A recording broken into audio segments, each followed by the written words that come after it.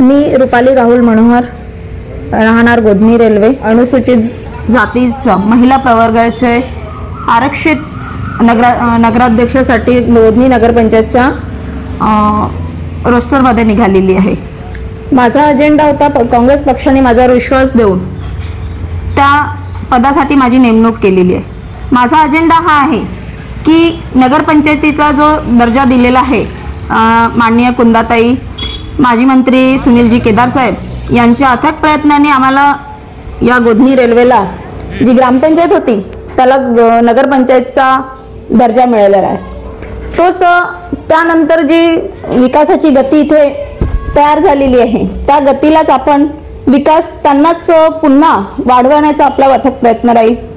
त्याच्यानंतर ज्या योजना आहे महिलांसाठी असो किंवा येत्या अनेक लाभार्थ्यांसाठी असो किंवा शाळेसाठी असो, आरोग्यासाठी असो किंवा इथल्या विकास कामासाठी, तो माझा अजेंडा राहील की आपण त्याला आणखी गतिमान करून त्यांच्यापर्यंत विविध योजनांचा लाभ त्यांना द्यावा।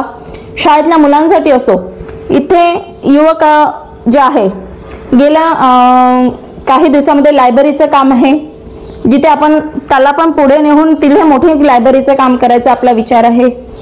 किंवा शाळेत मुलं आहे त्या मुलांना जिल्हा परिषद शाळेत असो त्याला अजून आपण समोर नेण्याचा वाढवण्याचा प्रयत्न करू।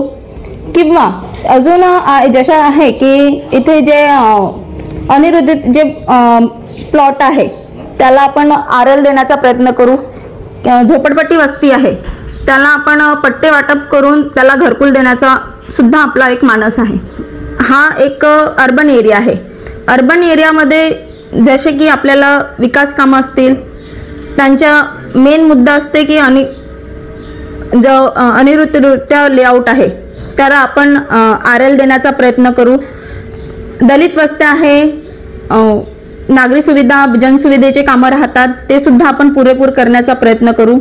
कुंदाताई आणि केदार साहेबांच्या अथक प्रयत्नानंतर जे नगरपंचायत झाली आहे त्यांच्या अथक प्रयत्नानंतर जो विकासाचा शासनाच्या विकासाचा आम्हाला जो निधी आलेला आहे त्या निधीचा त्यांनी आम्हाला आतापर्यंत जो उपयोग झाला विकास कामं करण्यासाठी, तोच अजेंडा माझा राहील की या पुढेही शासनाचा जो निधी येईल किंवा शासनाचे जे सुद्धा त्याचा आम्ही इथे विकास कामं करण्यात पुरेपूर मदत करण्याचा आमचा मानस राहील। त्यांच्या ज्या वैयक्तिक लाभाच्या योजना आहे जसे की शिलाई मशीन असो ज्यामध्ये त्या उदरनिर्वाह करू शकतात स्वतःचा, तो त्यांच्यापर्यंत पोहोचवण्याचा प्रयत्न राहील, त्यांना पुरेपूर लाभ देण्याचा प्रयत्न राहील। त्याच्यानंतर की जे आहे जे काही असेल जे नगरपंचायतच्या सुविधा राहील त्यांच्यापर्यंत महिलांपर्यंत पोहोचायच्या, ज्या त्यांच्यामधून ते उदरनिर्वाह करू शकतो अशा काही योजना ज्या मी त्यांना पुरेपूर देण्याचा प्रयत्न करेल। महिला बालकल्याण असो, समाज कल्याण असो, ज्या पण सुविधा महिलांसाठी आहे